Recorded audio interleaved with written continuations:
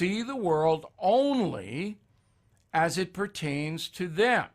Those people will hurt you if you get close to them. So, there is a rise in narcissism in this country, especially among younger people. I'm talking ages 16 to 30, in that zone. It's about poor schooling and education. It's about poor parenting. You have a lot of selfish parents. You don't think kids pick up on that? And on the education front, you have a lot of entitlement. Hey, I don't want to work hard for my grade. You give it to me. I want stuff. That, if you combine it, is narcissism. It's all about me. So I told the young man, you see people like that? Get away. Now this. Many timeshare owners are very upset because their yearly dues have nearly doubled. Well, Lone Star will guarantee the release of all liability to your timeshare in writing and in a specific time frame. With their A-plus rating at the Better Business Bureau, clients know that Lone Star Transfer is a company you can trust. For a free consultation, please go to LoneStarTransfer.com or call 855-551-7066. That is the Morning O'Reilly Update. More analysis later on. Car advice? You go to your father-in-law. Financial wisdom? Ask mom. Need a Netflix recommendation? Your neighbor has seen everything. And you've got people for everything. But if you need guidance on guns and bows, talk to Kelsey and the team at Powderhorn Guns and Archery. They sell and service firearms, set up and tune bows, customize sights and strings. And hey, they've got an indoor bow range too. Bet you don't have too many friends with one of those. Powderhorn Guns and Archery. Perfection. At Point Blank Range. PowderhornColumbia.com. Before the sun comes up and long after it sets, ABC 17 News and Storm Track Weather keep working for you, gathering the information your family needs to take on the day, alerting you to breaking news and health and safety concerns in our area, plus tracking the latest weather conditions to help you plan ahead. It's everything you need to know from the team you trust most.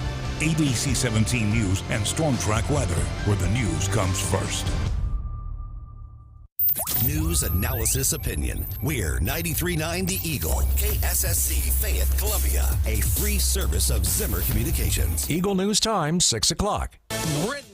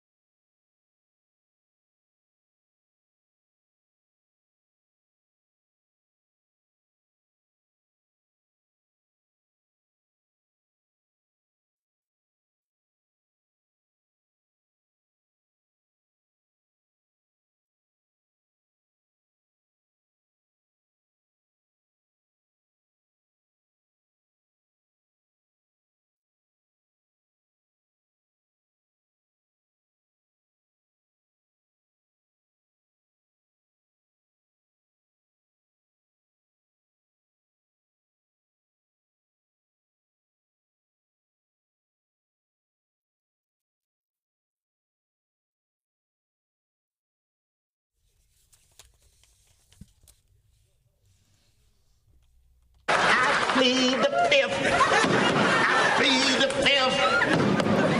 5, 1, 2, 3, 4, 5. Anything you say, 5. Go ahead, ask me a question. Did you? Okay, so I'm stretching a little bit. Patrick Mahomes, you see him after his 5th touchdown pass last night. 5th, 5. Woo, what a great weekend for Missouri sports fans. And I don't want to lead off talking about sports because there are some important things going on. But I think one of the more important things is, man, sometimes we need a distraction from all the things that are going on, whether you talk about the political hype and the partisan hype, and then yesterday being Patriot Day and all those, the memories and everything that conjures up for most of us.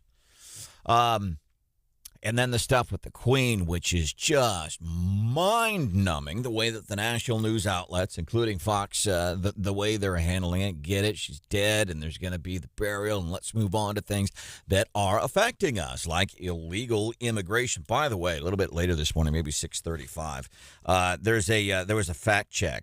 I think it was by, I don't know who it was by, Politico. I don't know, one of these fact checks that he actually kind of has some pretty tight ties to the Missourian here, kind of the college-run newspaper here in mid-Missouri.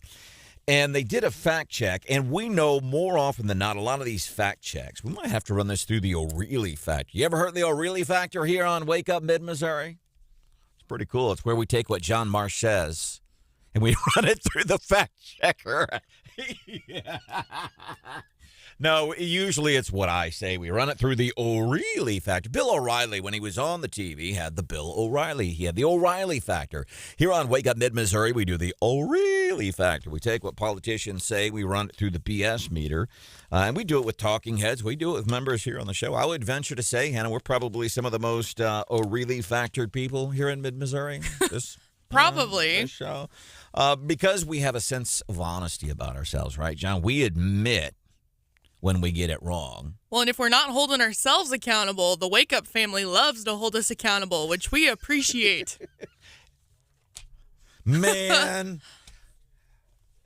And you can always fact check us, pipe in, whatever it is you want to do. But give you our phone number real quick, 874-9390, 874-9390, and that is in the 573 area code. But yeah, we want to get to a fact check that fact checkers did regarding illegal immigration. And here's some of the things we're going to fact check at 6:35. Check this out. The border is not open.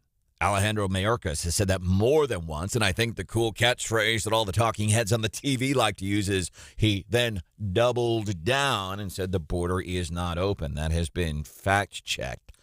But it's an interesting fact-check. May not go the way that you like, but they've got it wrong. And then they did this interesting fact-check because we say the invasion at the southern border. There is an invasion at the southern border. But the fact checkers are parsing words. It's just crazy. Also this, most fentanyl entering the U.S. coming through by illegal immigrants. You got to, and the fact check, what they're doing, I'll tell you this is BS. The bigger story is the way they are bending over backwards, like a Patrick Mahomes touchdown pass, the way this guy twists and bends his body to get these passes. Nobody's better at it. And these progressive fact checkers, nobody's better at bending and twisting the truth.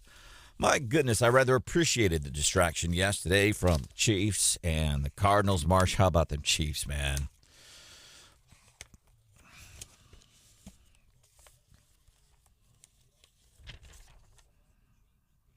Mahomes, 360 touchdowns, 360 touchdowns. Wow. Okay, let's fact check that. Here we go. 360. Okay, Patrick Mahomes did not throw for 360 touchdowns yesterday. Let's get that straight. 360 yards, 5 touchdowns, and again, he did something like the most consecutive opening games with 300 yards or 5 touchdowns. There's a lot of numbers in there, but I appreciated the distraction. Checking out. How about that? You got this new contract. You get a quarter payday is $250 million, $250 million. Pay off the debts of small third world countries with that kind of money, and just wasn't looking good. You know, it's nice to see. Obviously, it's super early in the season, but it's nice to see Patrick Mahomes still be able to deliver without Tyreek Hill. Yeah. A lot of people were critical and saying that, you know, the season was just going to be crap right out of the gate because we didn't have Tyreek Hill. So it's promising start, I guess. And the Pacheco running, I hope I'm pronouncing his last name right, towards the end of the game, what this kid was doing was just all looking good. And then the Cardinals, we'll get there, but it was just good distractions. I don't know if that's where you are, too, 874-9390, because some of the big thing, okay, illegal immigration, there's some confusion, by the way. I really think over this new voter ID law, and I get it, everybody text, well, who doesn't have an ID in the first place and all that, and it's real simple. You get an ID. One of our local state reps, Cherie Tolson-Rice, our Secretary of State, Jay Ashcroft, have always been really simple. We will help you get an ID if you don't have one. And I'm not sure, after reaching out to more than one local county clerk, had an extensive conversation with Brianna Lennon. She's the clerk in Boone County. She was on the show here Thursday, I think. You can check out that podcast from that interview at KWOS.com and 939theeagle.com. You can do that with any show. You go back, check out interviews, whatever. We take the commercials out of that stuff. It's pretty cool. It's the Reader's Digest condensed version.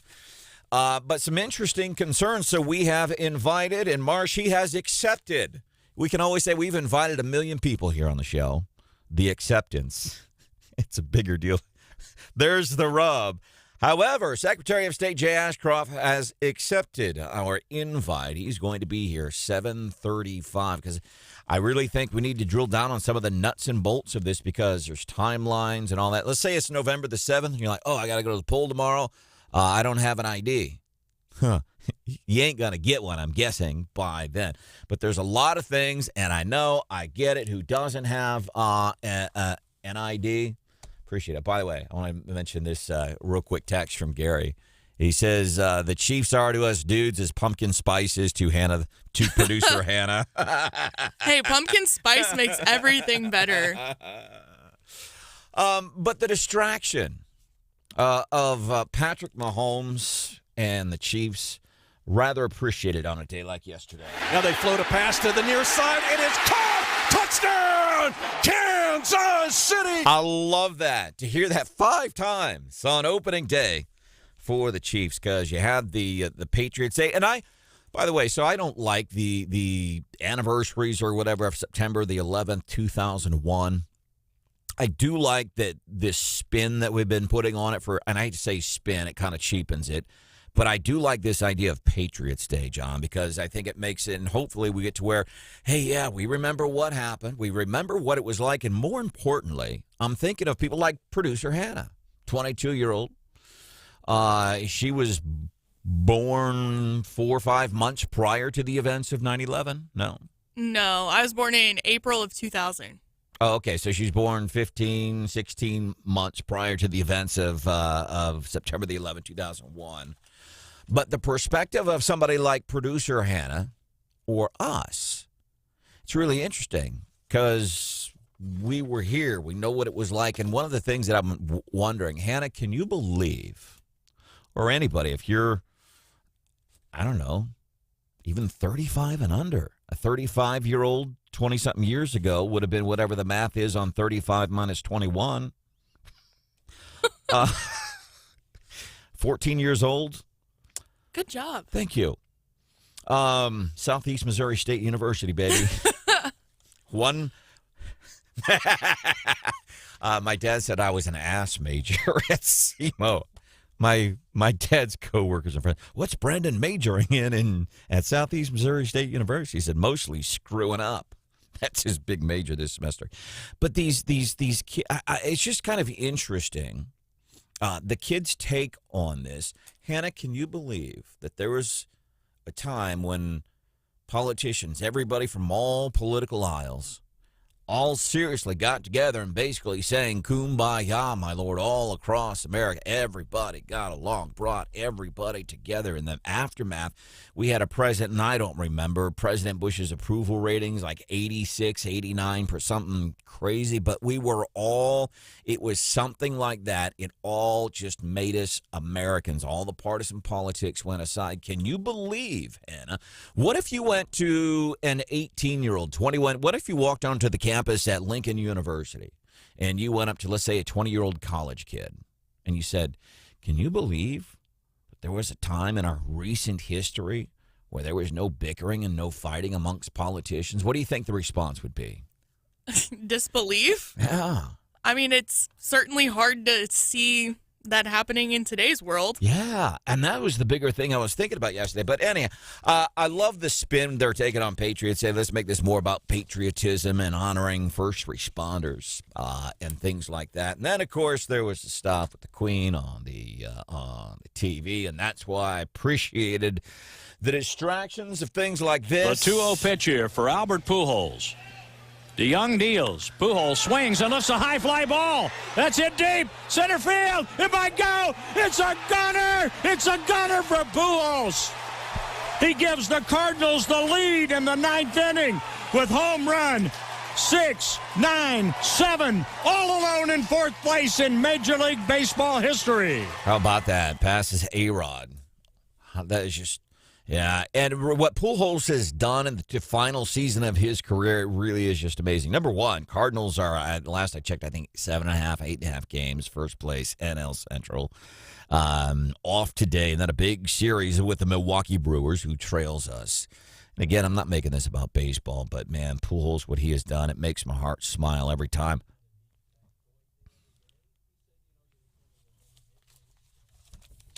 Mm-hmm.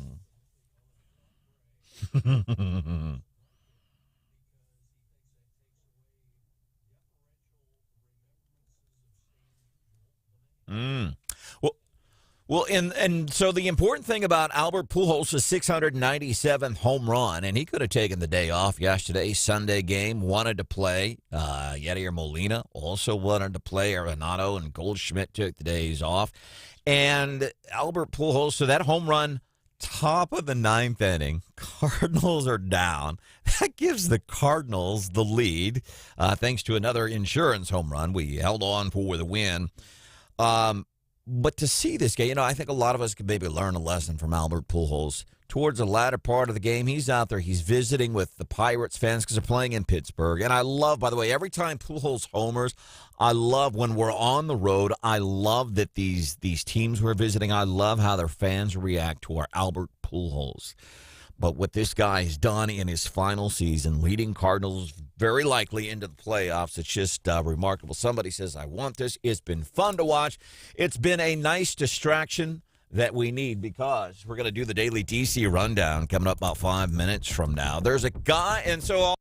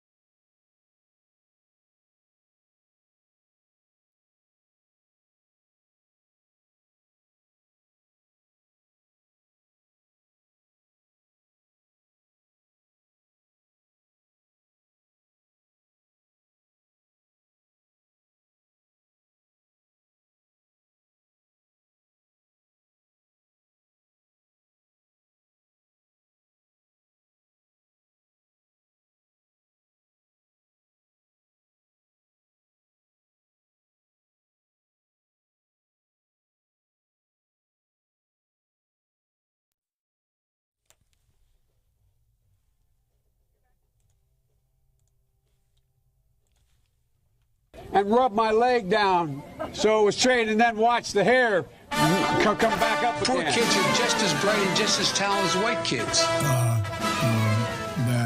We hold these truths to be self-evident. Go, you know the thing. They probably shouldn't vote for me. Thirdly, All right, that's the guy who wants to cure cancer, Joe Biden. Set to channel his John F. Kennedy on the 60th anniversary of the former president's moonshot speech. That's getting us into today's daily D.C. rundown. The incumbent trying to set the nation's sights on ending cancer as we know it. Biden traveling to Boston to highlight a new federally backed study that seeks to validate using blood tests to screen against multiple cancers, a potential game changer in diagnostic testing to improve early detection of cancers. He also planned other announcements meant to better the lives of those suffering from cancer. And that's beautiful stuff. As a matter of fact, Zimmer Communications, we do a lot to help young kids with cancer with our Children's Miracle Network radiothon that we do every year. And man, people in your life that have cancer, you go, this is a wonderful thing. But Joe is not doing this. So this is all, this is medical research. And so he's going to go on. I want you to see here, and you probably know this. You're pretty smart, man. He's going to go out here and I'm going to cure cancer, and I'm going to do this. And he's going to do this in Boston tonight on the 60th anniversary of that moonshot speech. So here's the way I see it. And I don't think I'm stretching here, man. He's using very deadly disease that everybody, I think, in this room right now, and you listening, and you see other people on highways 63 and 54 this morning that are listening, all of us have been affected by cancer, whether we've had it personally or somebody that we love has had it, been affected, died. And he's going to, in effect, campaign on this dastardly. Meanwhile, how do we feel about health care in general since Obamacare? Well, according for what polls are worth, a majority of adults in the U.S. say the health care not handled well in this country. It's a new poll from the Associated Press Newark Center for Public Affairs Research. It reveals that public satisfaction with the U.S. healthcare system is remarkably low, with fewer than half of us saying it is generally handled well. So we have something that happens. We need some health care. We go to a hospital. Then we rely on a third person party to say, do you need that surgery or not? Do you need that Tylenol? Yes, you need that Tylenol pill, and it's going to cost you $37.50. Yeah, we're unhappy with how this is, and obviously Obamacare has not made it better. By the way, tomorrow, one of the big things you'll probably be hearing about and seeing on the TV, New Hampshire, Rhode Island, and Delaware going to be hosting the final multi-state primary elections of the 2022 midterm tomorrow. It's kind of interesting because we have 57 days. 57 days until November the 8th. So these folks in these states, they have less than 2 months to hammer it out in the general. All right, fact-checking the fact-checkers when it comes to illegal immigration, how legal immigration is affecting us here in the heartland of Missouri and in the heartland of America. We're doing that coming up just a few minutes from now.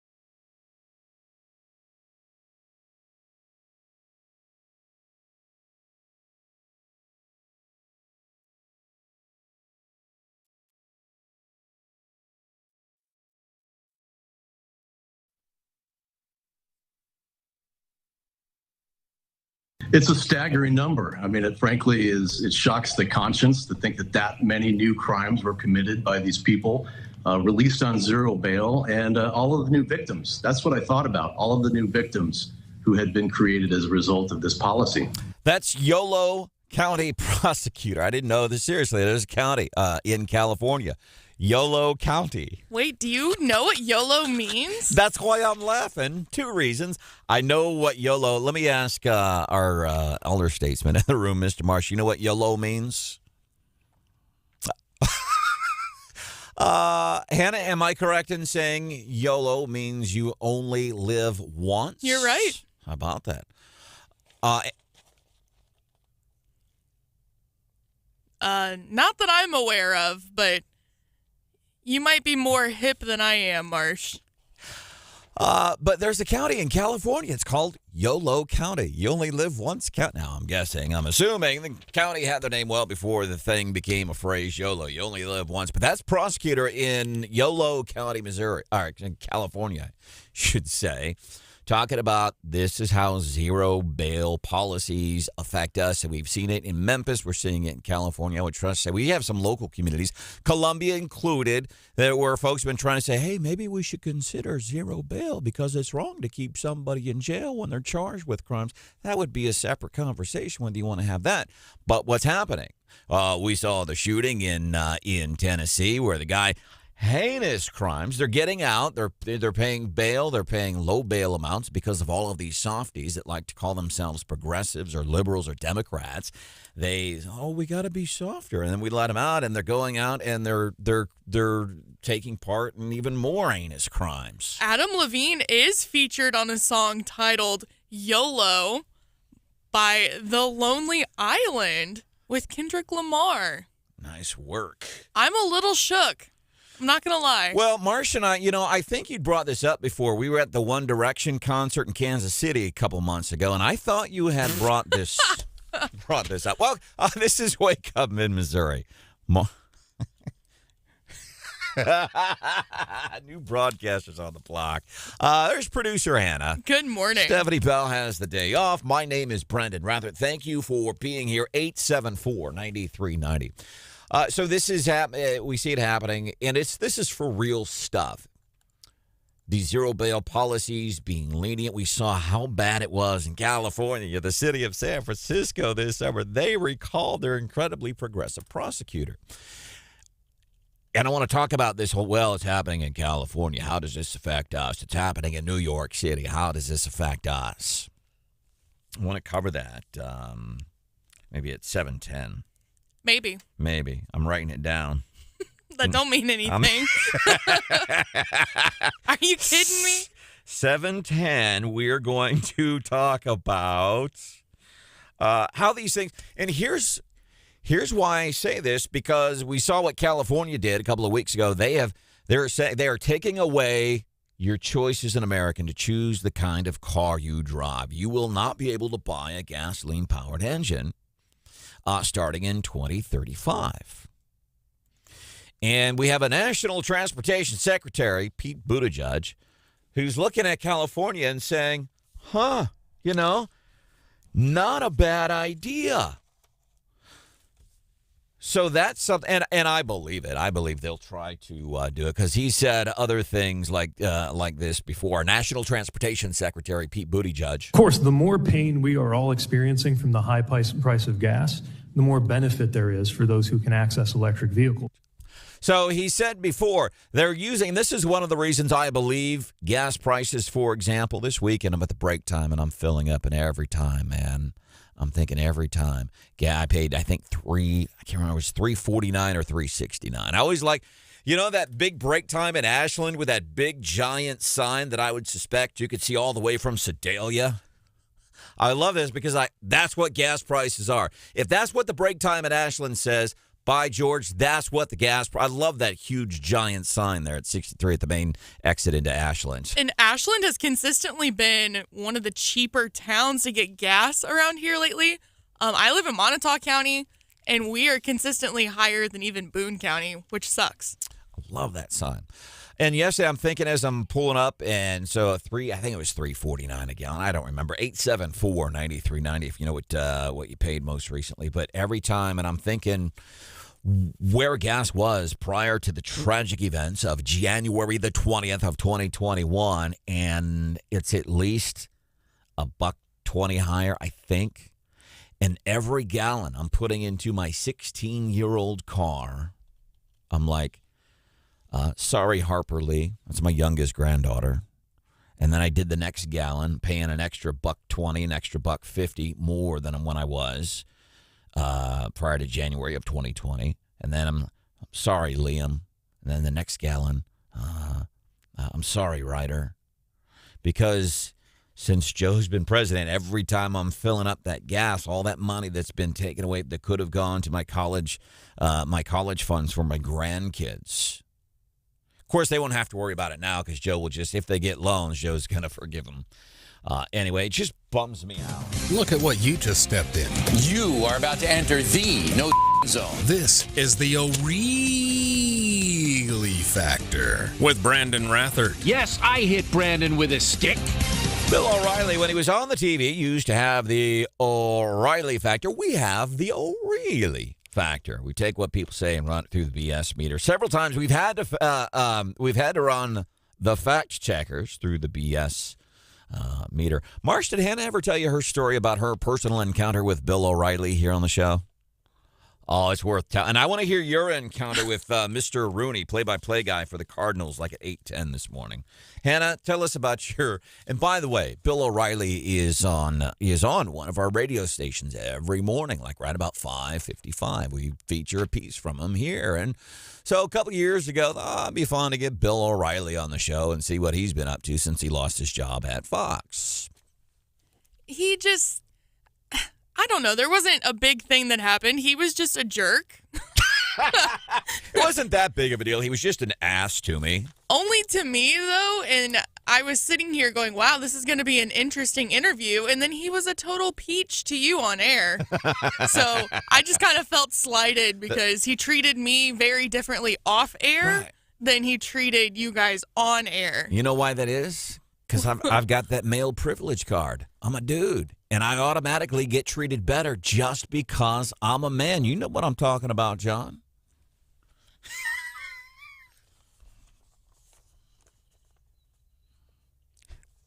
Well, and there's the audio, and I won't even play it here because we got to get on with things. But when he was on, I think it was Inside Edition, and he was screaming and belittling his staff because they couldn't record. He was cutting a 15-second recorded promo, and he'd say, "Hi, I'm Bill O'Reilly," and he kept messing up, and he was mad at the people around him. And that's one of the things that, seriously, I was mad when Bill did this. Number one, that's producer Hannah. Nobody puts producer Hannah in the corner. And that you would treat somebody like that, but then come out and be all nice and flowery and everything. It really, really bothered me. That was one of those things, as soon as we hung up with him, you called him out. I should have taken a lesson from Marsh and called him out to his face, much like Marsh did with Dick Morris a couple of weeks ago. Okay, the O'Reilly Factor. It's where we take what politicians, talking heads, and a lot of times the number one target of our O'Reilly Factors here on Wake Up Mid-Missouri. It's us. But I love this PolitiFact. They did a fact check regarding things as it relates to illegal immigration. And we've taken something that Mayorkas has said. Department of Homeland Security, Alejandro Mayorkas. What I meant is precisely that. The border is closed. The border is closed. He said Where? Man, we got that Canadian border. That's locked down. Maybe he misunderstood the question. Maybe he thought we were talking about the Canadian border. So this was great because PolitiFact said, well, we're going to check all these claims, and the proper and accurate and factual claims from us smart people. The southern border is open. But here is what PolitiFact says. And so I'm using this as an example. We can't even trust the fact checkers. A lot of us have probably known that for a while. But Let me just read this verbatim from PolitiFact. Some elected officials, conservative media outlets, and social media users have repeatedly claimed that the southern border is open. According to an NPR, National Public Radio, which gets your taxpayer dollars, it gets money from the federal government to spew what they spew. According to the NPR poll, 42% of Americans surveyed believed it is open. So here's where PolitiFact starts to, man, you talk about the tightrope here. That insinuates no one is guarding the border or attempting to stop somebody trying to cross it. And it talks about the U.S. using physical barrier surveillance technology. And they can maybe sleep okay tonight knowing, yeah, that's true. But geez Louise, the intent. You might be factual. It's kind of like just because you're factually right doesn't mean you're morally right. That almost applies here. It's legal. You can do it, but should you? It's like that. The border is open, and PolitiFact is lying to you. It is wide open. Also, this check, this fact check. U.S. is experiencing an invasion at the southern border. Marsh, I'm not kidding. They go to explain, well, see, there's not really an invasion. They don't get, yes, there is, but they're explaining, well, you know, kind of to the extent, there's no tanks and guns and there's no coup d'etat. There is an invasion at the southern border, and they are just flat out lying to you. God. Porous. That's our word for the day. See how when you go to work today, see how many times you can use the word porous.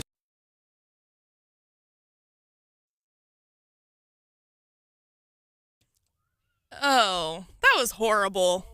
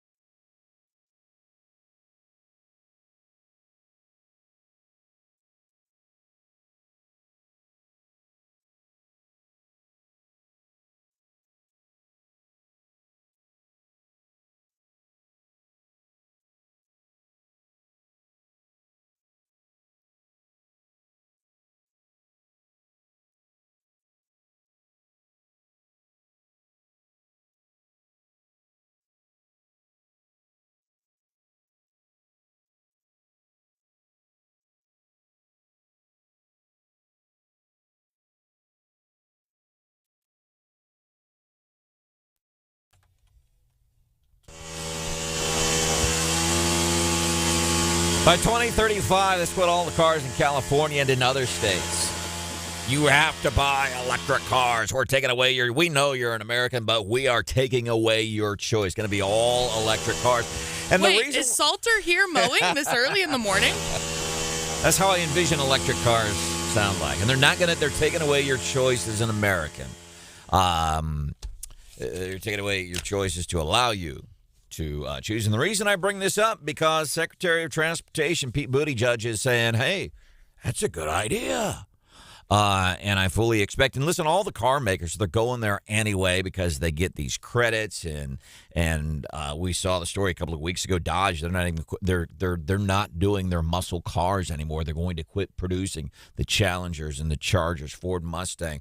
By the way, I should have picked Ford Mustang for one of our winners of the week this past Feel Good Friday, because they said, hey, the new pony car, we had said it was going to be a hybrid. We ain't doing that, but they keep forcing us to do it. MoDOT says here in Missouri by 2035, maybe 5% of the cars on our highways here where we live would be electric. Meanwhile, MoDOT throwing millions and millions of dollars into charging stations across our highway system. 874-9390. Stuart, welcome into the show. What's up? Good morning, Brandon. What if you'd worked your entire life, you had a great dealership, maybe 2 or 3 dealerships, and you were getting ready to sell, and these geniuses in California all of a sudden said, yeah, I know you've worked hard and developed this great business, but we're not going to sell your we're not going to allow you to sell your product anymore. Yeah, and that's in effect what they're doing now. I think specifically as it relates to vehicles, it's not going to matter because all of the manufacturers. Matter of fact, watching the Chiefs game yesterday, they're pushing the Chevy Equinox, and I believe that pretty much the majority of vehicles, even the car manufacturers, now they're doing that because the government, in effect, has their boot on their necks. You better do this. You better do this. You better sell electric. So all the car makers, they're going that way already, and I don't like it. And I've been telling folks for a long time that's where we're going, and I don't like it. But your point is true. Telling people, hey, you can't do this. Why don't you say instead, hey, listen, people know whatever facts you think you've been telling them about electric vehicles as opposed to internal combustion engines. Why don't you have the facts and the info? Why don't you let them decide? Why don't you let me decide? That's your point, is what I'm hearing. Gary Nolan says you're too stupid. Gary Nolan, he's awesome. He's on this. He's absolutely right. He's here at 9 o'clock this morning. Stuart, thank you for the phone call. Bill, welcome into Wake Up Mid-Missouri. What can we do for you? All I can say is MoDOT's a joke. MoDOT just got a tax increase, gas tax increase, and what do they do with it? They go out there and they start building electrical charging stations for electric cars. If anything, they ought to be fighting against this because they get funded by every gallon of gas that we buy. But here's how we could stop that, Bill. I've been saving my receipts. I'm getting my refund on that 2.5 cents per gallon that I'd been paying. If we all... They're banking on the fact that 85% of Missourians won't do that. They are. And as a matter of fact, that reminds me, we need to check with, I think it was the Department of Revenue that kept tabs last time. I was shocked, and you're right.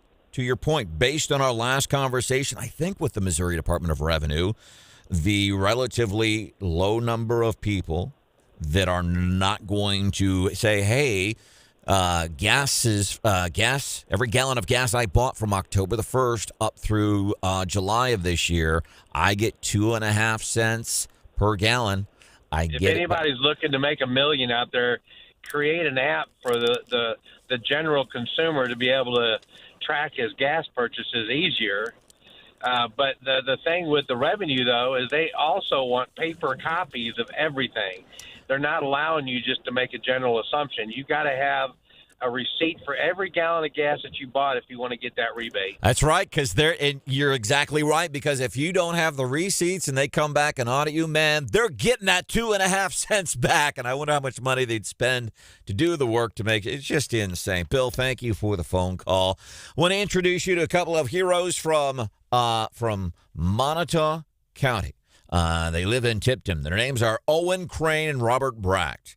And they've been raising money for the Shop at the Cop program. That's where police officers, they go to stores and they buy presents for kids at Christmas. A lot of law enforcement agencies all across mid-Missouri, they do this. And these two guys, Owen Crane and Robert Bracht, Last year, they raised $500 to go to the program. This year, they did it again, but raised over $2,000. And the cool thing, these kids are like maybe 6, 7, 8 years old, according to a story from KRCG. I love that.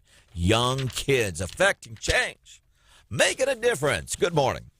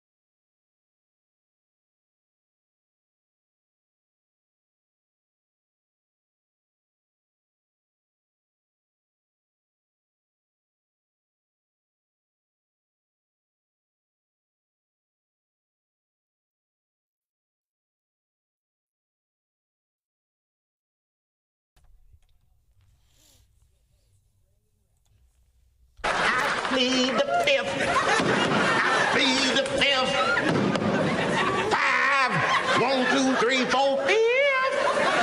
Anything you say, 5. Go ahead, ask me a question. Did you see Mahomes after he threw his 5th touchdown pass of the day yesterday? That's from an old Chappelle. He did it when he was doing the Chappelle show on Comedy Central.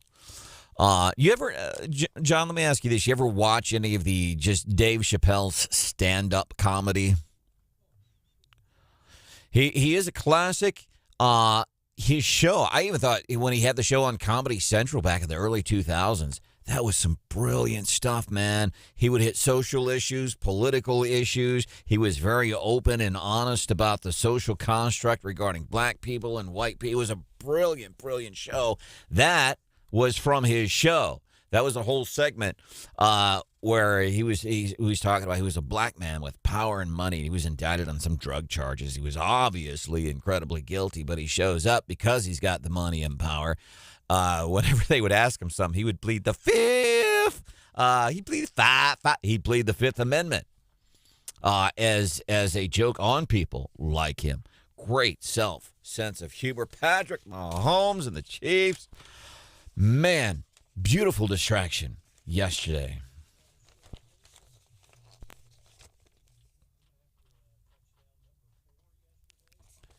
Yeah. I'm like, man, that is awesome. And I could just see Patrick Mahomes there on the sidelines going 1, 2, 3, 4, 5, 5, get up in the face of the head coach of the Arizona Cardinals. 1, 2, 3. 1, 2, 3, 4, 5, 5th.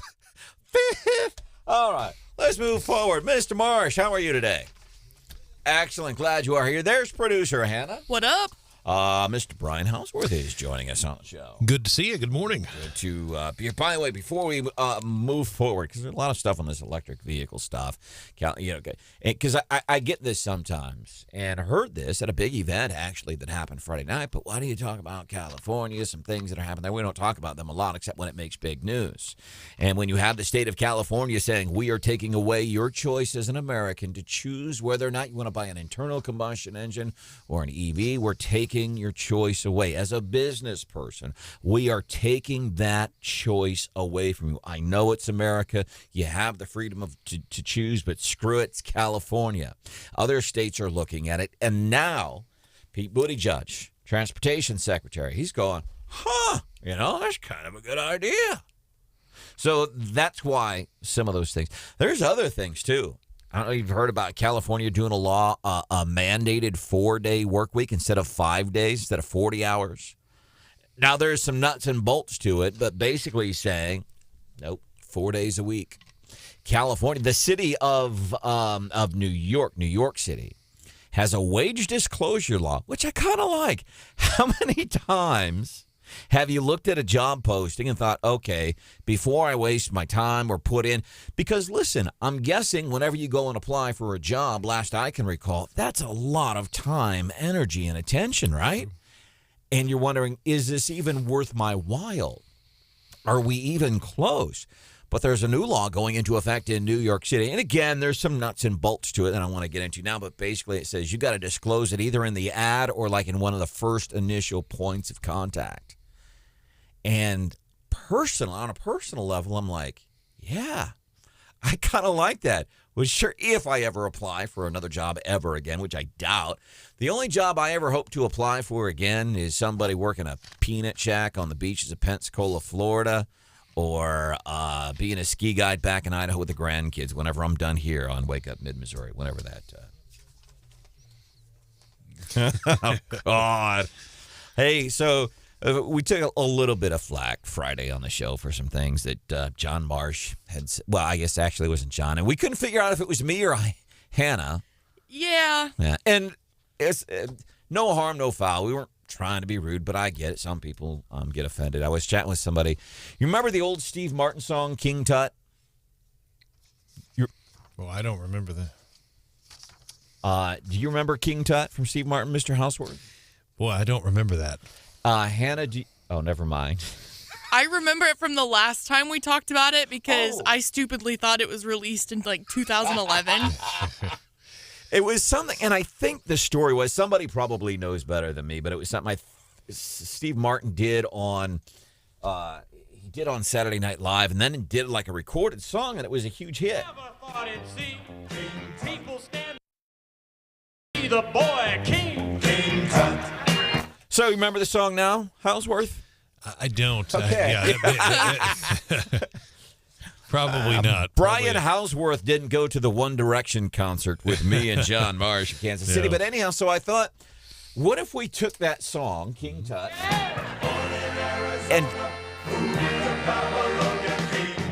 and we changed the lyrics to King Chuck.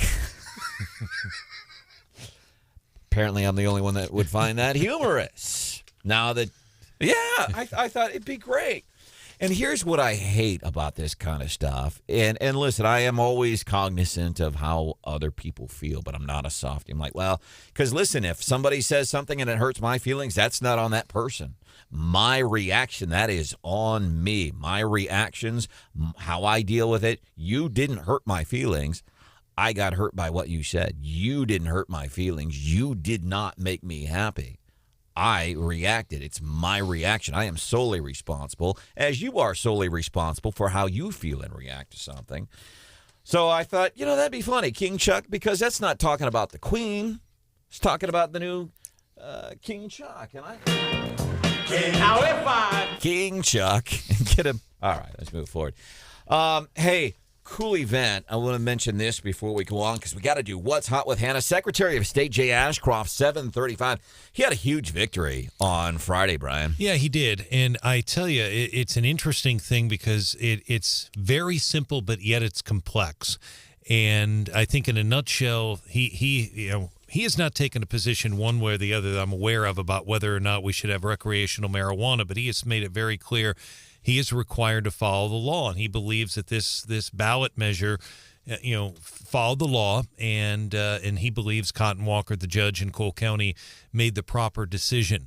But really, what it boils down to, and John, you touched on this in the voicer I ran, is does Joy Sweeney live in the state of Missouri? And that to me is an intriguing question, because I interviewed her many times over the years in Jeff City. I don't know if she's moved away. I was a little confused that was kind of the angle that the judge was taking, because originally that was not going to be a big issue. So it was simple, but yet a little complex. But really, it kind of boiled down to, where does Joy Sweeney live?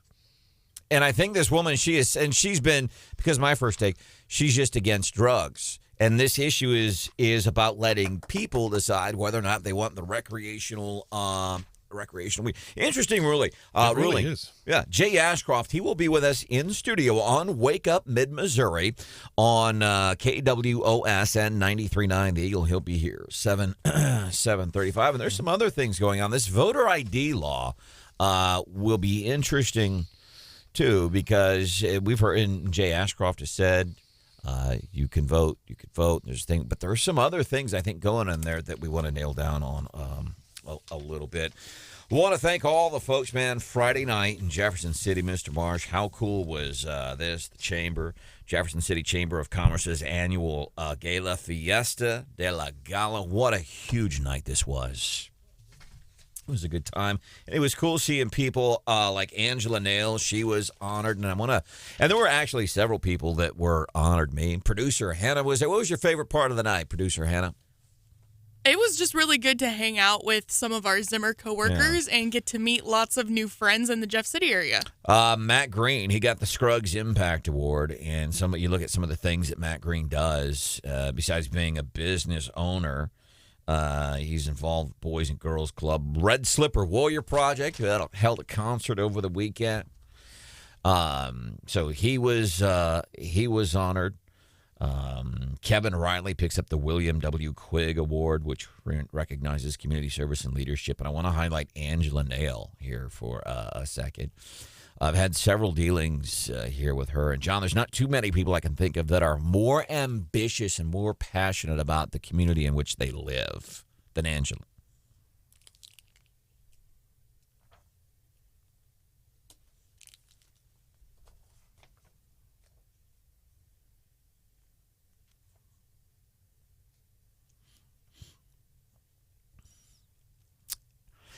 It was cool. So she was honored. She was honored with the Knott Family Award, and somebody who's civic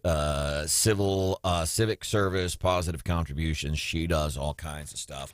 But I made a point to go and talk to her afterwards because her speech, it struck a chord with me regarding what she said. Number one, she was a little emotional, which I always appreciate when somebody gets up and gives a speech. Listen, I've gotten up before, and I've given those where I write out, and I am honored to be here, and this, and blah, blah, blah. And usually it's a boring speech, and my first critic will be my dad. My dad will say, Branden, you didn't speak from the heart. And that's what I appreciated about Angela Nail's acceptance. It was short and sweet. She was very emotional, but I loved what she said regarding this, or whether the Knott Family Award. She was talking about, these people that have been honored before me, she says, if they think I'm doing a good job, then I must be doing okay in life. And, John, I just thought that was beautiful. Because to have other people recognize what you do. Somebody, when you respect somebody, or you model yourself after somebody, whether it's professional or business, whatever it is, whether you say, I want to be like that person, or I want to live by the same type of values that they live by, and to be honored by those people, and then to say, I must be doing okay in life. I don't know. It was just a very beautiful moment Friday night. Hannah, do we have any pictures anywhere? I'm so glad you asked, Branden. There's a picture of you, John, and I all dressed up from the party on the Wake Up Facebook page. At Canterbury Winery, we look good, by the way. Sun setting. You can see, some of the... Yeah, that was a blast. I will say there were multiple comments about you, Branden. There were comments about your choice of footwear. And I was so proud of you. Because you didn't wear your damn flip-flops. You actually wore closed-toed shoes for once. I was so proud. I wore my big kid shoes. So I'm always, forever in flip-flops. Always. Because I just don't like to wear shoes. It just, my feet are claustrophobic. It's uncomfortable. Well, and one of our coworkers pointed out, he commented on my Facebook page where I had also posted the photo. He said, Branden's legs confuse me. You're standing there with your legs crossed like you got to go potty. Maybe I did. And we were taking a lot of photos. Hurry up and take the photos so I can go pee. I'm tired of wearing shoes and crossing my legs. It's kind of what it looks like. Yeah. And we have pictures out there on social media. But, yeah, I do typically wear flip-flops. I don't know if anybody saw Scott Fawn post, host of This Week in Missouri Politics, has the Missouri Times, did his TV show over the weekend, and he posted some screenshots on Twitter. And some dude, I wish I knew the dude's name offhand, but in the picture, so I'm on TV with people like Boone County Clerk Breonna Lennon. I think there was a lobbyist there and a lawmaker from the Sedalia area, Bradley Pollitt. And, of course, everybody's in a jacket, nice shoes and all this. Here I am in a jacket, nice jeans, and... flip-flops. One dude on Twitter called me, he said, that's a baller move. I was like, yeah. Then some gal said, I don't need to see a man's ugly feet. I don't know if that's how she said it because it was in print on Twitter, but I thought that was interesting. Coming up, few minutes. You conveniently glossed over the tweet that says, cover them hooves up. There's no reason for a man to be wearing sandals or flip-flops unless he's going to the beach. Which is awfully sexist. I thought I was offended, John. Now, earlier you just said you're not a softie who gets their feelings hurt. I am.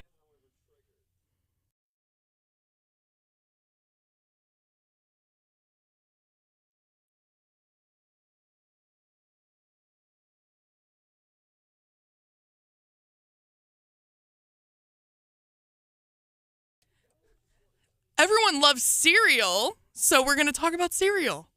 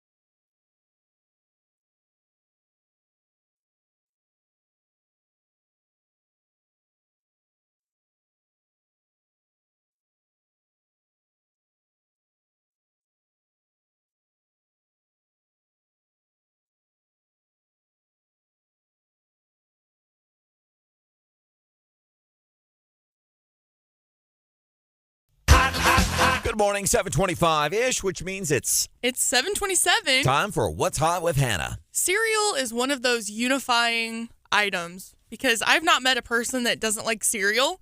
Now, Stephanie Bell might not like cereal because there's lots of things that I think everyone loves that she hates. Little warm puppies. Santa Claus. Ranch dressing. Sandwiches. Yeah. Me. Oh. Wait, she told you that? Yeah, to my face even. So Kellogg is actually dividing people with their latest product, and it involves a cup of cereal that's called an Insta Bowl, and you just add water. Did you see this? No, but does it have the instant milk? Is it powdered milk? Yes. Okay. So the whole shtick is that you just add half a cup of cold water and you stir, and it basically turns into milk and cereal. And people are not quite 100% on board with it because it feels like you're just adding water to your cereal. Yeah. In a way. I thought powdered instant milk had been removed from the market because it was just gross. Apparently not. No. You could get it with your Frosted Flakes now. It comes in one of those little to-go cups that has the seal on top. Huh. And it just looks like a little cup of cereal, and you add water to it, give it a stir, and it's supposed to be cereal and milk. So when we were kids, especially when we lived down in Perry County, Missouri, we lived in a little town called Farr, Missouri, Farrar, population 64. We were so poor on the rare occasion we did have cereal. We didn't have powdered milk, nor did we have milk. Pure water. Oh. Whoa. Oh, no. Wow. Hey there. Big victory for Secretary of State Jay Ashcroft, and more questions about this voter ID law. He's going to hang out with us about 5 minutes from now here on the show on Wake Up Mid-Missouri.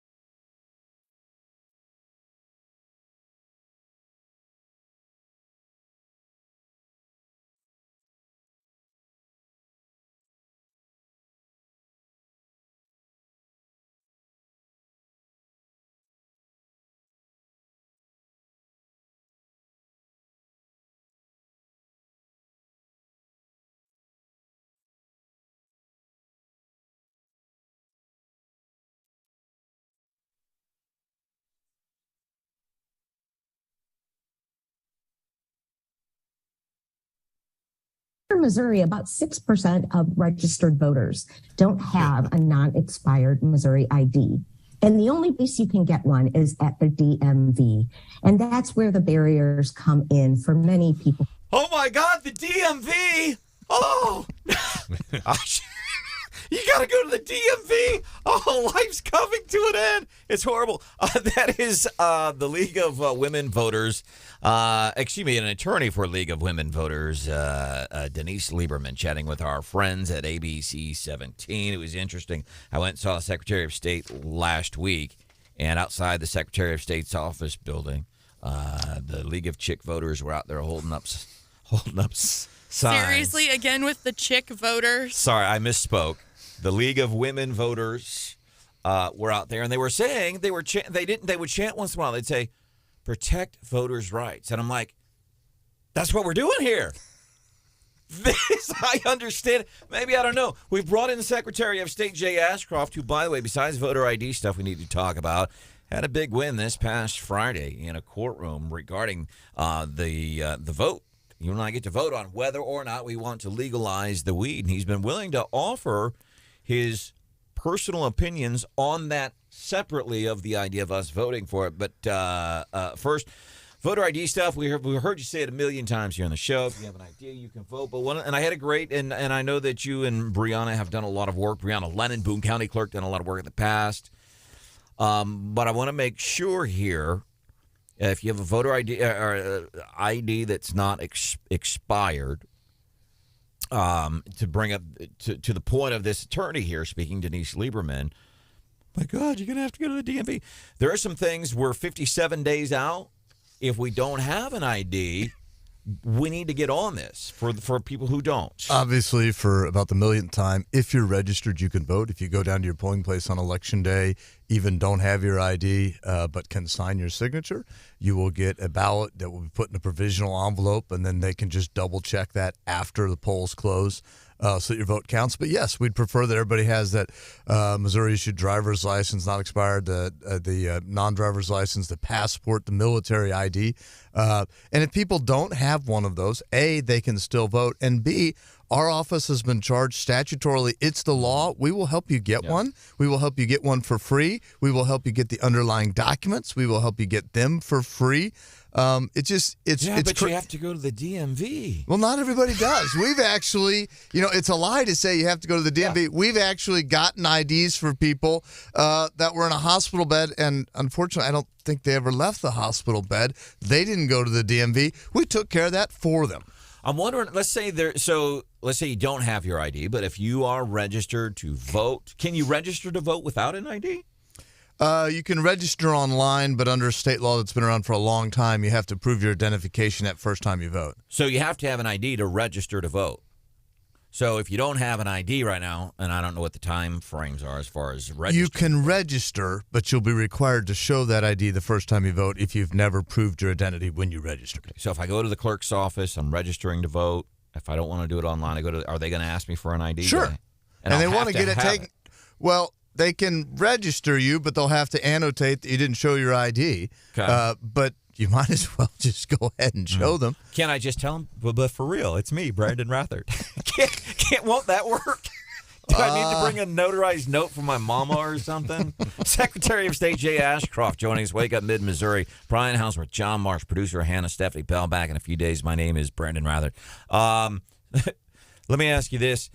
All kidding and fun aside, I'm wondering, let's say, you can vote. If you don't have an ID, you vote. And I'm thinking of the county clerks, whether it's Steve Korsmeyer in Cole County, wherever it is, and you get in.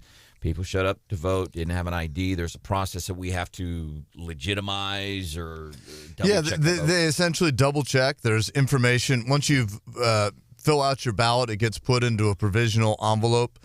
Provisional ballot envelope. There's a pull-off tab that goes to the voter so that they can make sure that their vote was counted. They can call back the clerk later before the election is certified to make sure their vote was counted. But they fill out information about themselves. They sign it with their signature.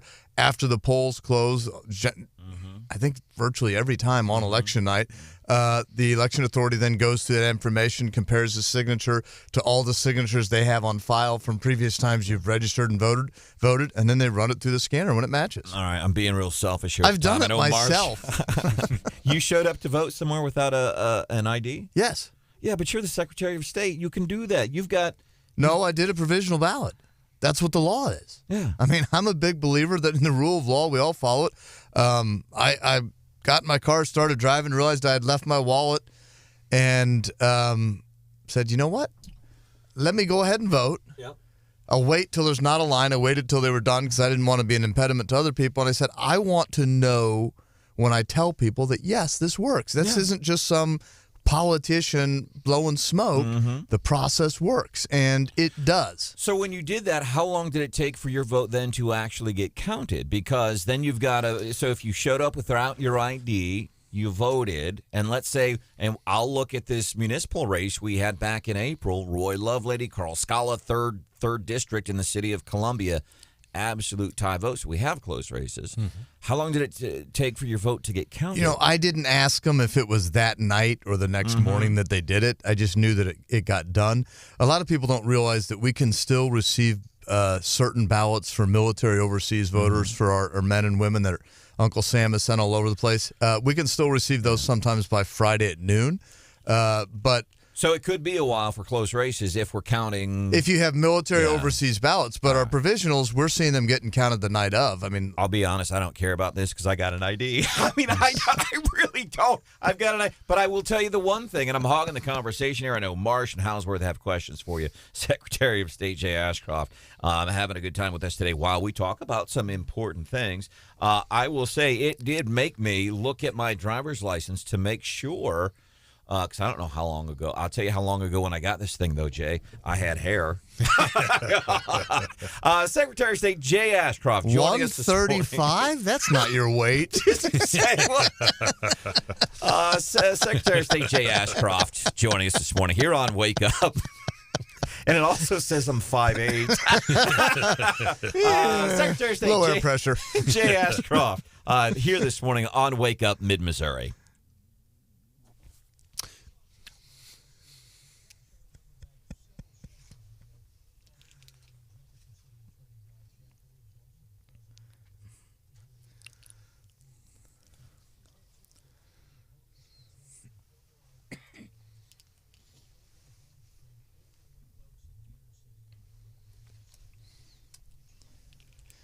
No, I don't. I mean, I've talked to Nimrod Chappell about this several times. He's brought that up.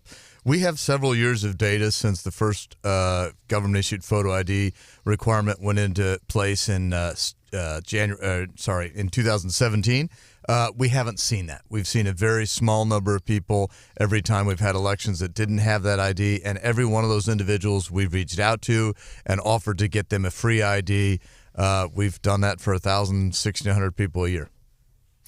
Secretary Ashcroft, we appreciate you joining us in studio. If I may turn the question over to medical marijuana, and two very quick questions on it. Number one, Judge Walker issued his decision on Friday. This is recreational marijuana. Recreational, exactly. Recreational, not medicinal, but recreational marijuana will be on the ballot. You support the judge's decision. Tell us why. I do. I think it was clear from anyone that looks at the signatures that the marijuana initiative had received enough signatures across the state required by the Constitution. There were some people concerned about the way that we double-checked things. I think it's idiotic that some people don't want us to make sure we got it right. Why should we have to go to court to get it right? If we can get it right in the first place, we'll do it. It doesn't make any sense to me. I'm proud of the work that the people of the Secretary of State's office did. And if I may follow up on the issue itself, recreational marijuana, and I know you emphasized all along you wanted to follow the law. You felt like this issue should be on the ballot. But the question itself, should recreational marijuana be legalized? Essentially, and it'll be phrased a little differently, that'll be the question on the ballot.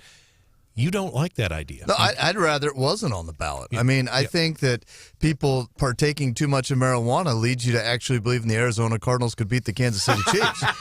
Did you get to watch the game? I only got to see the last quarter of it. I was traveling for events. But, I think there's a qualitative difference between medical marijuana for people that have a medical condition or using it in a way that is medically good for them. The idea of just drugging yourself to change how you feel about things is just never something I've supported.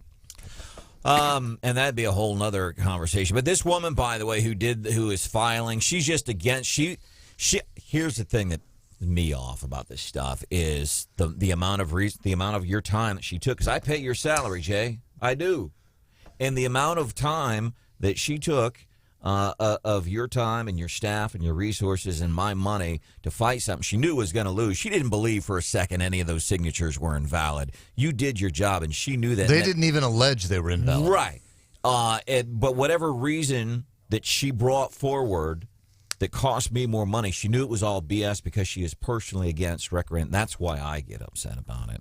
What time do you have to be in the office there? 600 West Main in Jeff City this morning. I've got as much time as you want. Who's your supervisor? I have about 6 million of them. Yeah, that's right. Good answer. And they tend to let me know online and in op-eds all the time. Can you hang out a Sure, little bit happy more? to. All right, because there's some other things happening. I love this. People are confused about having to show ID to vote, but they're all about showing your vaccination card, including in the military. Maybe there's some things we can cover there. Secretary of State Jay Ashcroft.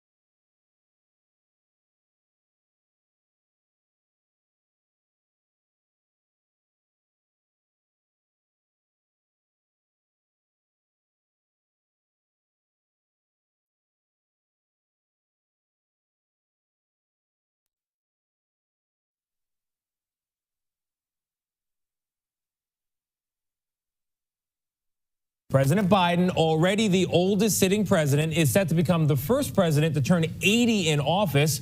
By the way, that's a feat that former President Trump would match if he wins another term. I love that. So they talk about it, CBS, by the way, but they got to work in Trump, got to work in Trump somehow, and they do it all the time.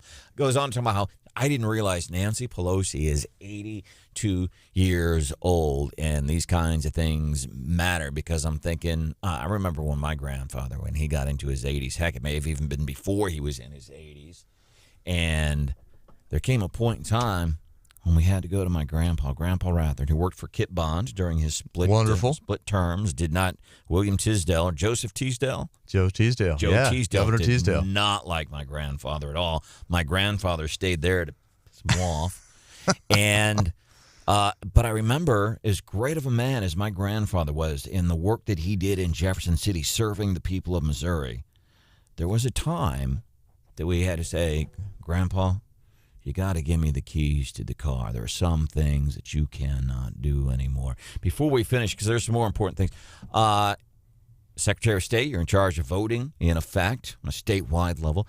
Ever been any talk, term limits, age limits in office? That was audio from a story CBS did. It was kind of interesting regarding what people think. You ever hear on an official level, anything, age limits, term limits?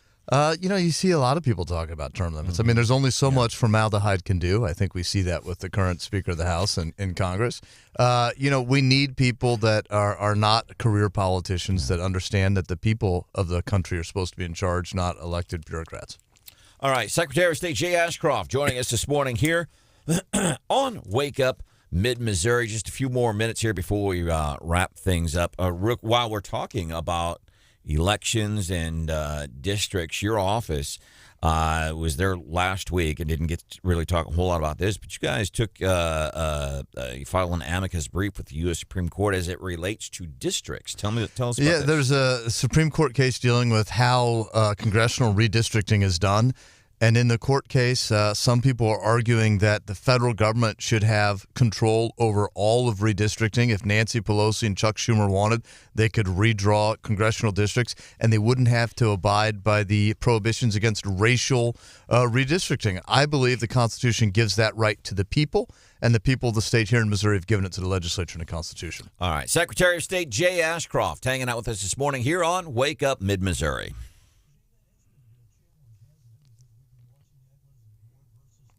Moore v. Harper, yes.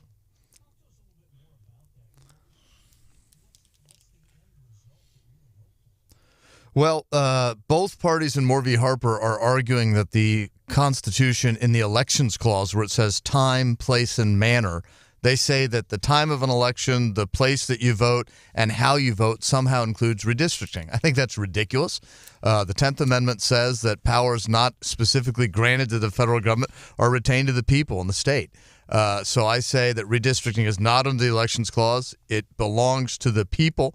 And here in Missouri, they have constitutionally granted the power for redistricting to the legislature. In other states, they've done with independent commissions and the like. But sending more power over our elections to Washington, frankly, sending more power over anything to Washington, D.C. strikes me as a very dumb idea.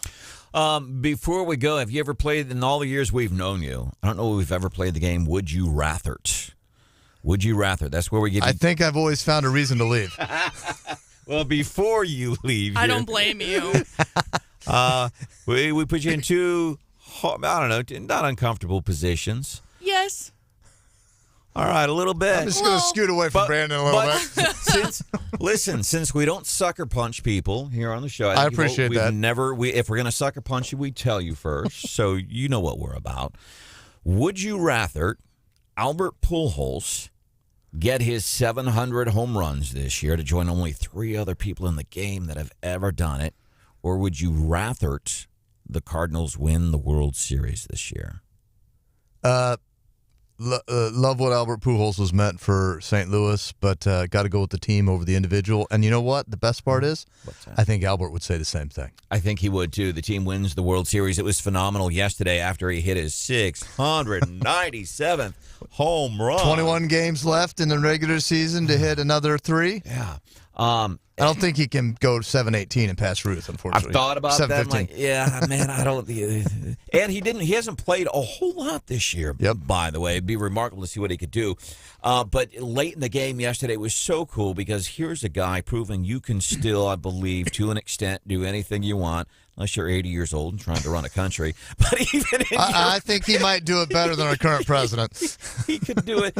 And he's greeting the game is still in progress, and he's meeting with fans, signing autographs. And that home run, by the way, not only was it his 697th home run, it was in the 9th inning of a game that the Cardinals were trailing. It was an important home run. Secretary of State Jay Ashcroft this morning on Wake Up Mid-Missouri on KWOS and 93.9 The Eagle. We appreciate you coming in. Thanks for having me. Here in Mid-Missouri is always something we can do for you. Please let us know. Coming up, some of the big distractions that were welcome distractions yesterday, because there was a lot going on in the news in that time. John Marsh met the play-by-play guy, John Rooney, play-by-play guy for the St. Louis Cardinals. It's coming up at 8:10.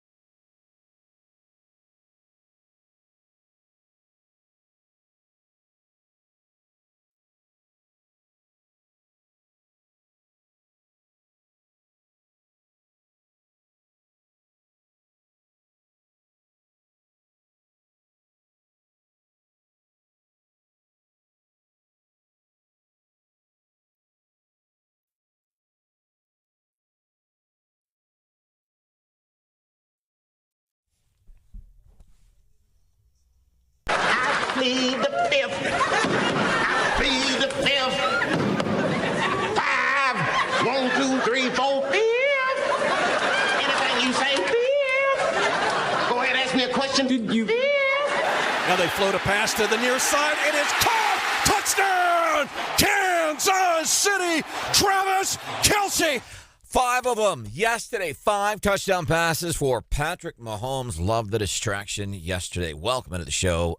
This is Wake Up Mid-Missouri. There's some other big things happening, but I just wanted, to touch on that.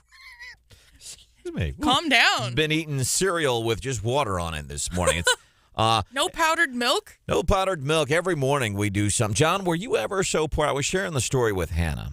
We do What's Hot with Hannah every morning, 7:25. Just kind of something fun, different to talk about at work. You know, it's not politics. It's not the Queen. It's blah. So the 2 big topics, I think, 3 big topics when we're at work today and folks are talking, maybe happy hour afterwards. 3 big topics. Mahomes, Chiefs, what they did. Pujols and the Cardinals and what they're doing.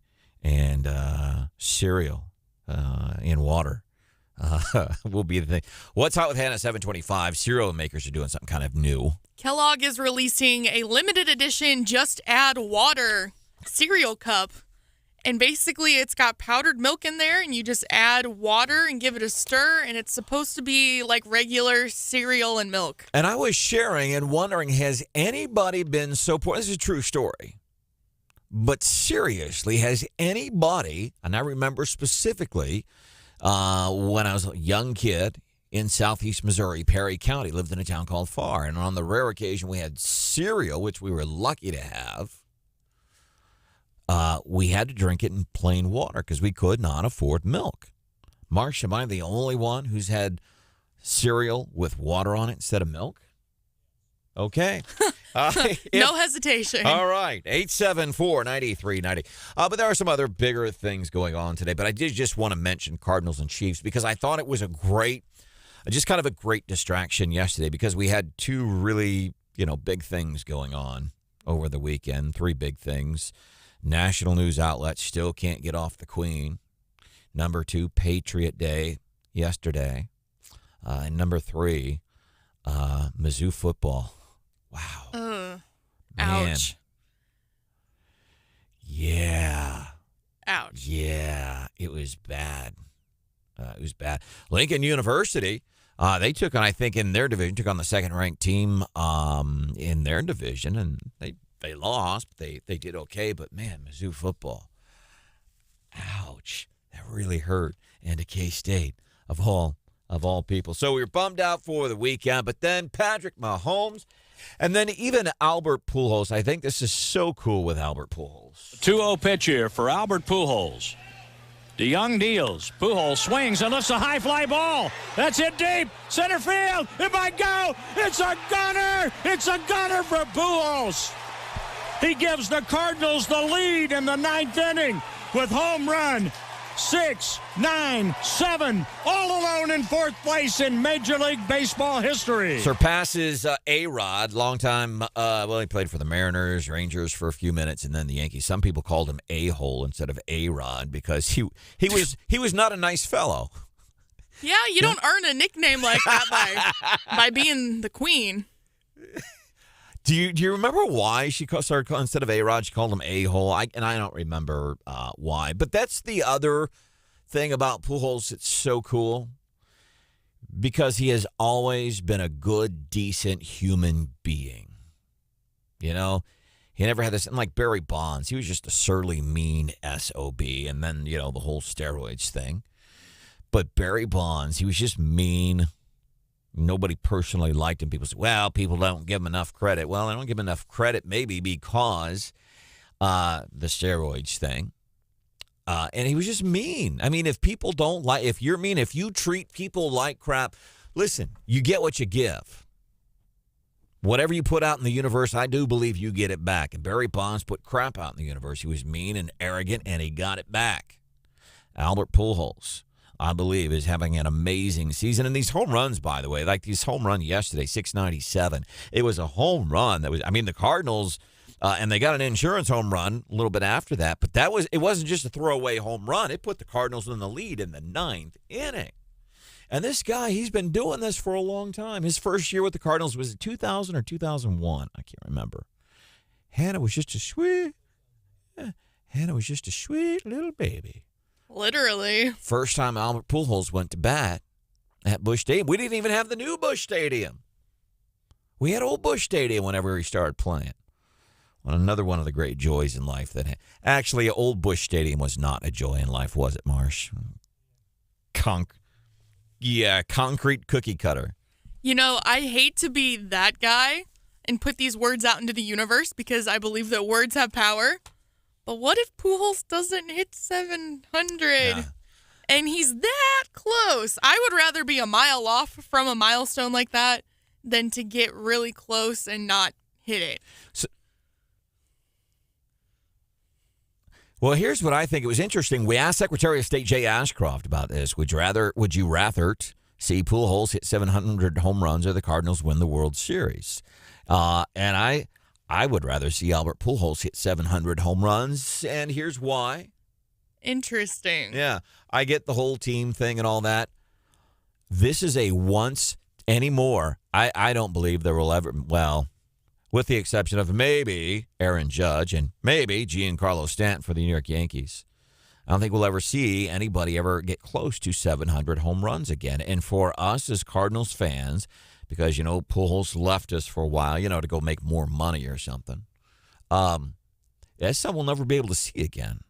I really don't think. Especially, so in the history of baseball, let me put this in perspective. The Cardinals have more World Series victories than there have been men who have hit 700 home runs in Major League Baseball. Cardinals winning the World Series happens more often than anybody hitting 700 home runs. Is my math right there, John?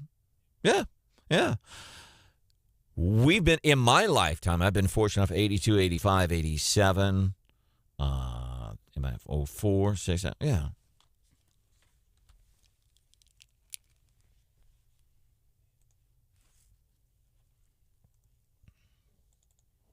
$755. Yeah. So I would rather see, and I'm usually a team player, man, just, hey, the team. But to ever see somebody, and there are some good chances this could happen at Busch Stadium, by the way. Get your tickets if you can find any. Because this is something we'll never see. As a Cardinal, we might see it, maybe might see it in baseball with Aaron Judge, but it's going to be 20 years from now. This is more rare. We see Cardinals win the World Series more than we've seen 700 home runs in baseball. I would rather see Albert Pujols hit 700 home. Well, actually, I want both. If I'm being selfish and honest, I want it all, man. Greedy. Welcome into the show. Wake up, Mid-Missouri. Mr. John Marsh is here. That's producer Hannah. Good morning. Stephanie Bell going to be back in a few days. I thought this came up Friday night. We were all hanging out at this the Jefferson City Chamber event Friday night. It was just a beautiful event. They were honoring some folks that, some of the work these people do here in town. It was just an amazing event. Got to chat with a lot of people. And then this guy's name came up. We understand that now it's our responsibility to ensure that we spend these resources to impact the greatest number of citizens of this state. That's Lincoln U. President John Mosley, officially sworn in on Friday. There's a big, that wasn't the barbecue. The barbecue was earlier in the week. Of course, John Mosley from the Carolinas, North Carolina, and you can hear it. We understand that now it's our responsibility to... You can hear it a little bit. We understand that now it's our responsibility to ensure that we spend these resources. I like it. And he served Carolina barbecue in Missouri, the state with probably the two most famous barbecues there are in the world. But anyhow, sworn in his name, unsolicited, came up. I was chatting with a local lawmaker at the event Friday night, Fiesta de la Gala. And he said, did you make it to the Mosley swearing-in ceremony? And I said, no. And he said, what he has done is remarkable. And I think so, just from what I know. He's been at events in Columbia, like when Governor Parsons in Columbia, John Mosley has been at some of these.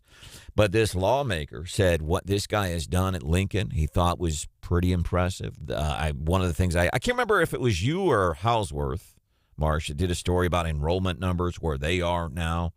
But they're up, but I don't know if that's compared to a year ago, 2 years ago. I don't know what it is.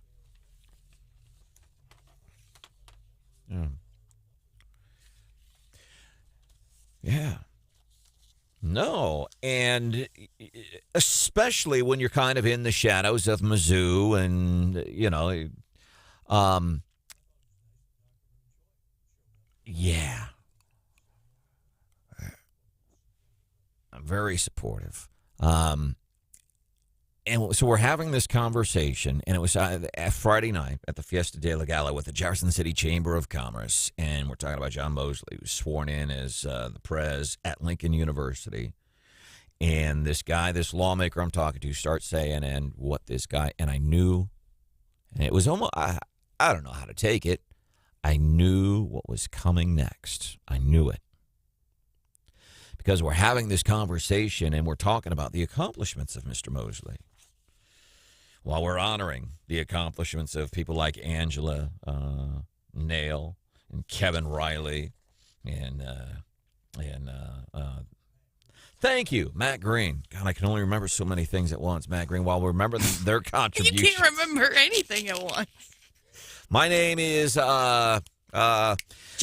So, JJ, Joe Jr., so we're honoring all these people, their recognitions, and I'm having this conversation with this lawmaker talking about John B. Mosley and what he has done, and I knew it was coming, and sure enough, he said everything he's done, considering he wasn't necessarily, and if I'm exaggerating, John, tell me, he wasn't necessarily, I think, all that well received. I remember, now I think the students in the community for the most part were fine, but there were some people in certain corners that weren't happy about Mosley becoming prez at Lincoln. Am I right? Yeah. Well.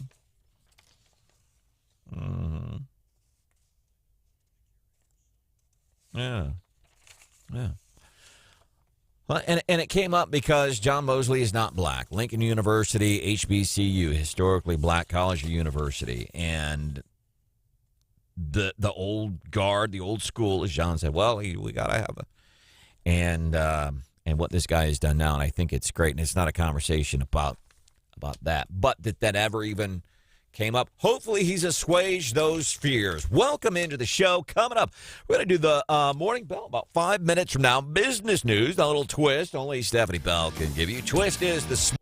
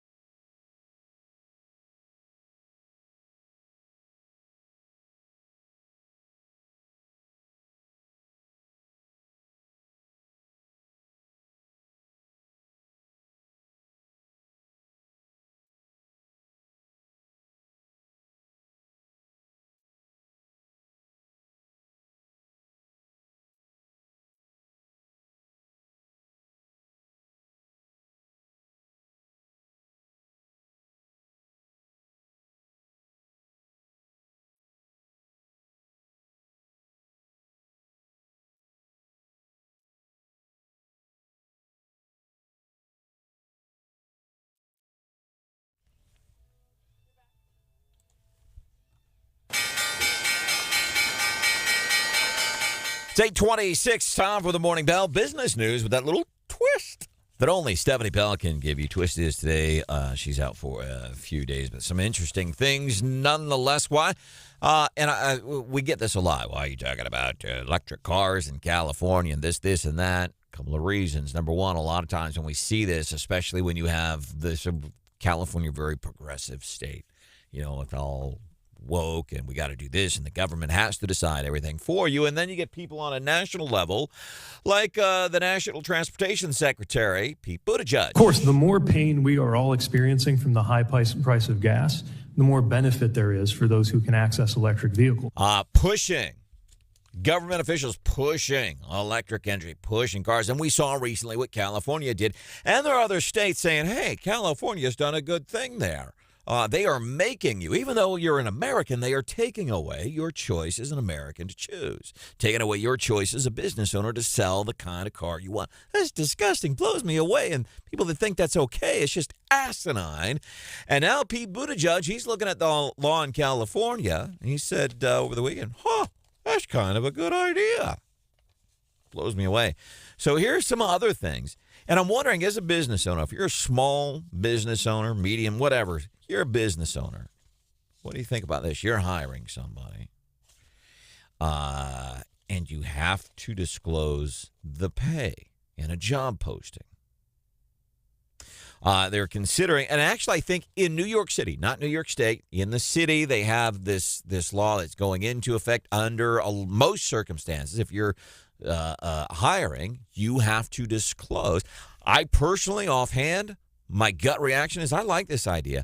Have you ever applied for a job and the first thing you're like, man, I sure am putting a lot of time, energy, and effort into applying for this job. I'd like to know some kind of baseline. Is this job worth my time to even apply for? But should they make it a law? That I don't know. For me, where I sit, I'm not a business owner. I work for a business owner, and I'm quite happy about it. Small, local company, man. But I would, and there's a lot of jobs you see that pay $15 an hour, but maybe other types of jobs that, where you've had a degree or something. Say this job pays between this, and that. And a lot of times when there's jobs in state government, they do that. But what about the private sector? See, anytime you start requiring private sector people to do stuff, Gary Nolan hosts the Gary Nolan Show. He'll go off on this kind of stuff, man. He's here every day at 9. As somebody, and I'm not looking for a job, but I'm always thinking that'd be great because my past experience has been, man, is this even worth the time and energy? And here's the other thing. In California, I think they are trying to go back to a 4-day work week. And again, from where I sit, Hannah, you good with a 4-day work week? Yes. Yeah. As long as if you're going to pay me, you're paying for me for, you want me to produce stuff at a 40-hour level, but now you want me to do it at a 32-hour level, I will still produce that at that same pay. But if I can do it in 32 hours, why not? Hey, the time John Marsh met John Rooney, the play-by-play guy for the St. Louis Cardinals. Do that coming up about 8:35. Maybe get into some leftovers, too.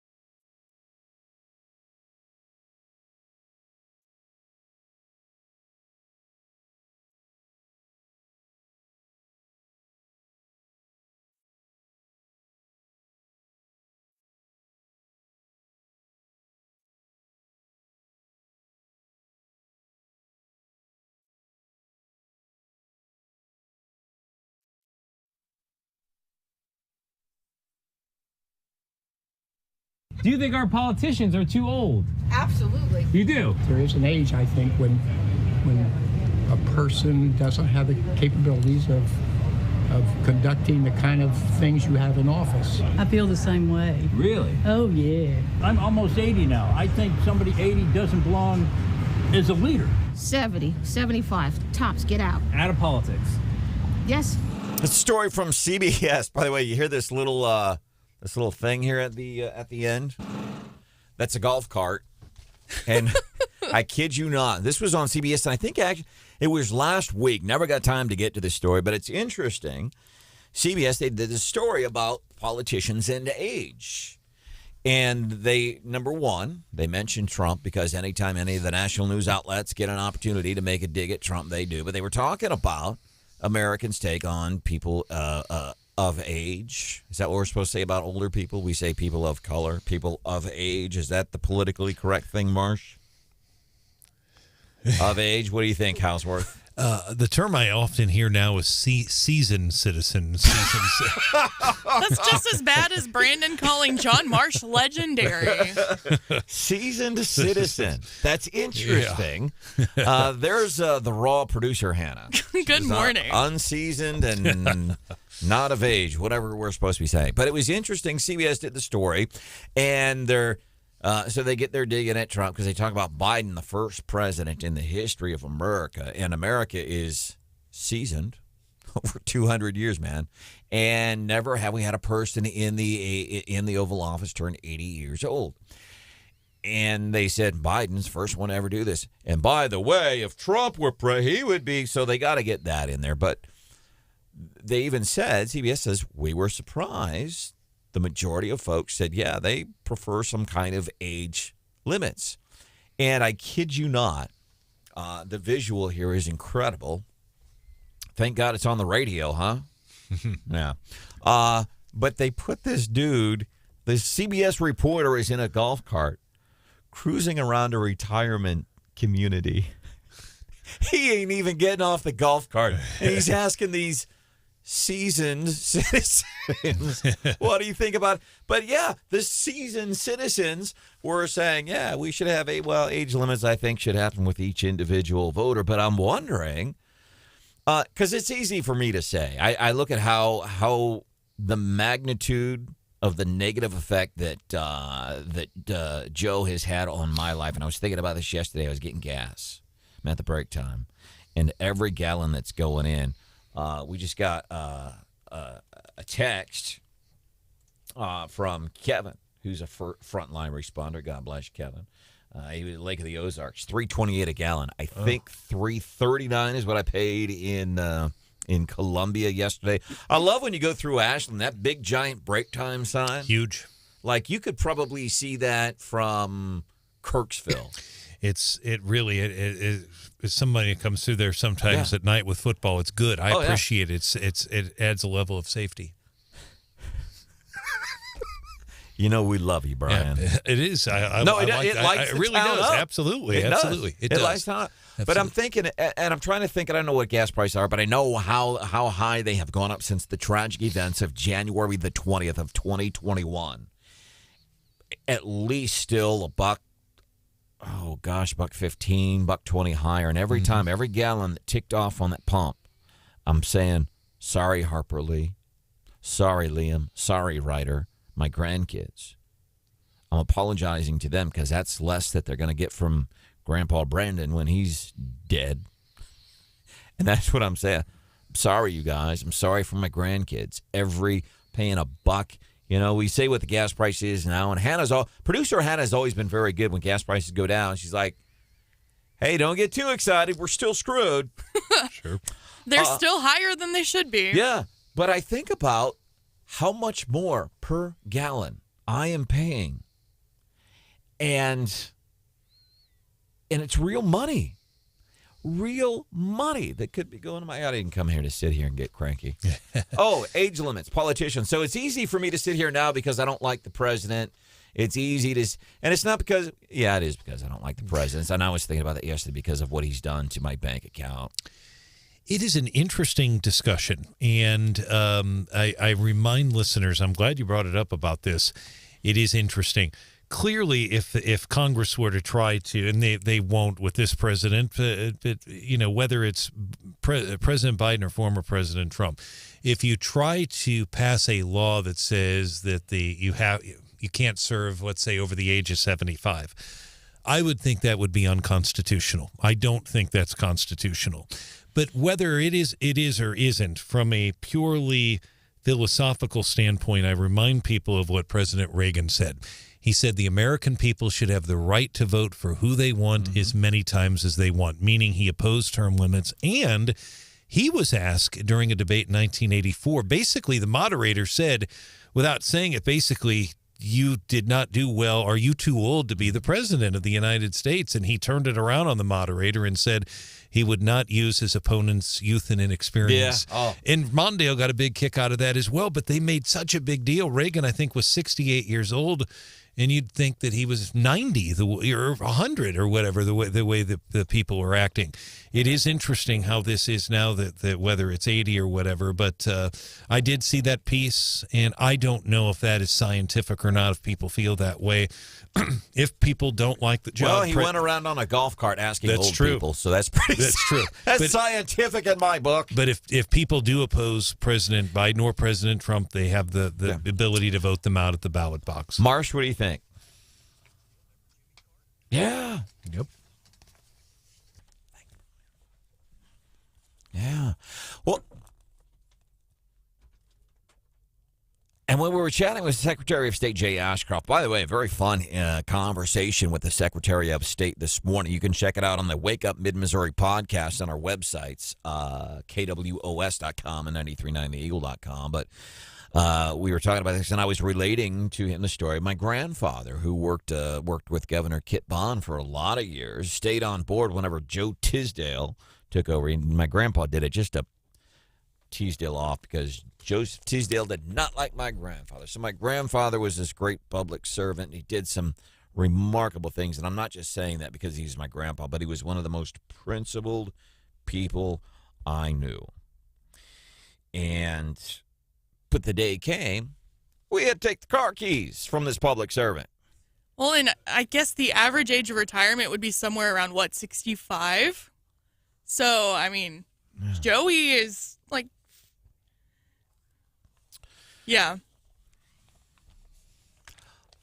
By the way, the stock market's open up this morning. Do not look at your IRA. Just don't. Noted. Yeah. But then I wondered, well, was it an age? And my grandfather, I guess he was in his 80s when we kind of finally had to have that conversation. But was it really an age thing? Because I've known.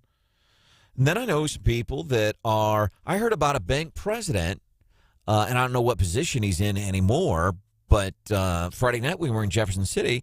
Somebody was telling us a story about a bank used to be bank president, but still is actively involved, and dude's like in his 90s. Sam Cooke, yeah.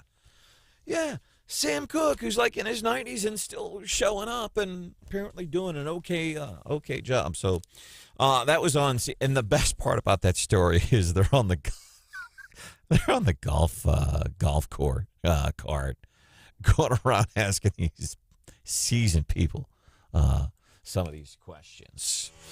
Coming up just a few minutes from now here. Oh, by the way, I want to ask John. We heard some of this play-by-play.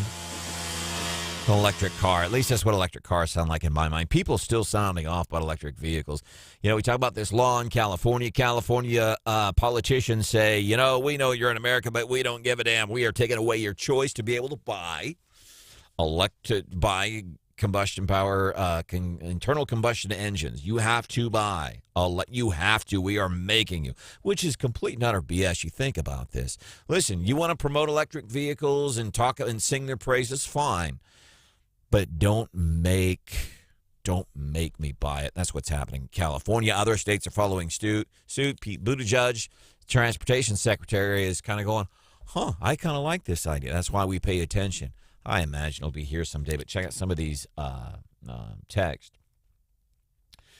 And one guy, Gary, saying he's got a friend owns a dealership, and I don't know exactly where, but this dealership is being told they have to sell this brand of vehicles. You have to sell the EVs or you're going to be bought out or closed. And it says CNBC Money said the same thing. And a lot of these, so we're seeing, as a matter of fact, if you were watching the Chiefs game yesterday, man, they are pumping this Chevy Volt, the electric Chevy Volt. We know Dodge, they're not going to make their muscle cars an electric anymore. We know that's the way it's going with, and I don't like it, not one bit. But John Marsh, real quick, before we move forward and get ready to wrap things up here with leftovers and then the Gary Nolan show, John Rooney, as a matter of fact, he said he made history a couple years ago. I think the only play-by-play announcer to call consecutive World Series for two different teams. I think 05 and 06. In 05, he did it, I think, for the Chicago White Sox, and, of course, in 06 for the Cardinals. And you've had some dealings with the guy. Where at? Okay. And he worked here?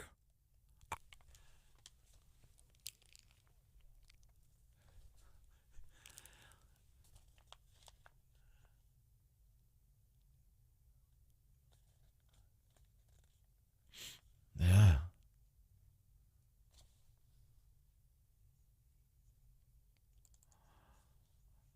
How cool is that? Did you always know him to be a pretty nice guy? How about that? In case you're not familiar with John Rooney, this is John Rooney. The 2-0 pitch here for Albert Pujols.